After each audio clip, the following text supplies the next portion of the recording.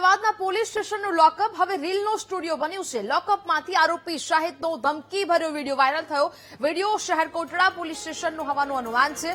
લોકઅપમાં આરોપી પાસે મોબાઈલ ક્યાંથી આવ્યો તે મોટો સવાલ છે। વિડીયો 1 મહિના જૂનો હોવાનું પ્રાથમિક અનુમાન છે। પોલીસે આરોપીની ધરપકડ કરીને સમગ્ર મામલે તપાસ છે તે શરૂ કરી છે। લોકઅપ જાણે કે રીલનો સ્ટુડિયો બની ગયું હોય તે પ્રકારના આ દ્રશ્યો સામે આવ્યા।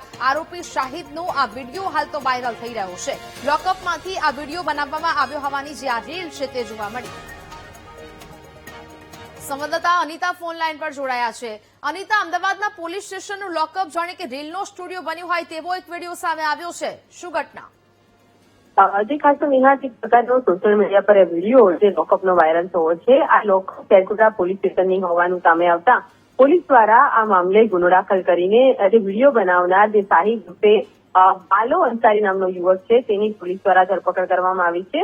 સમગ્ર કેસની જ્યારે તપાસ કરવામાં આવી તો સામે આવ્યું છે કે છેલ્લા 6 મહિના પહેલા આ જે આરોપી શાહિદ છે તેનું એક અબ્દુલ શહીદ ગાંધી નામના એક વ્યક્તિ સાથે ઝઘડો થયો હતો અને મારામારી કેસમાં તેને શહેરકોટડા પોલીસે અટકાયત કરીને તેને લોકઅપમાં રાખ્યો હતો। આ લોકઅપ દરમિયાન પોલીસ જયારે એક અન્ય કેસને લઈને તપાસ કરી રહી હતી કે માનસિક અસ્વસ્થ એક યુવક જે હતો તે મળી આવ્યો હતો, તે માનસિક અસ્થિર હતો અને પરિવારથી છૂટો પડી ગયો હતો। મૂળ મહારાષ્ટ્રનો આ યુવક હતો અને જે ગુમ થઈ જતા પોલીસે તેને પોલીસ સ્ટેશન રાખ્યા હતા અને મહારાષ્ટ્રથી તેના માતા પિતા તેને લેવા માટે આવી રહ્યા હતા, પરંતુ આજે યુવક પાસે તેનો મોબાઈલ હતો અને માનસિક અસ્વસ્થ હોવાના કારણે આરોપી દ્વારા તેનો મોબાઈલનો ઉપયોગ કરીને આ રીલ્સ બનાવી હતી અને ત્યારબાદ પોતાના જ મોબાઈલમાં શેર કરીને તેણે આ સોશિયલ મીડિયા પર વાયરલ કરી હોવાનું હાલ તો તપાસમાં સામે આવ્યું છે।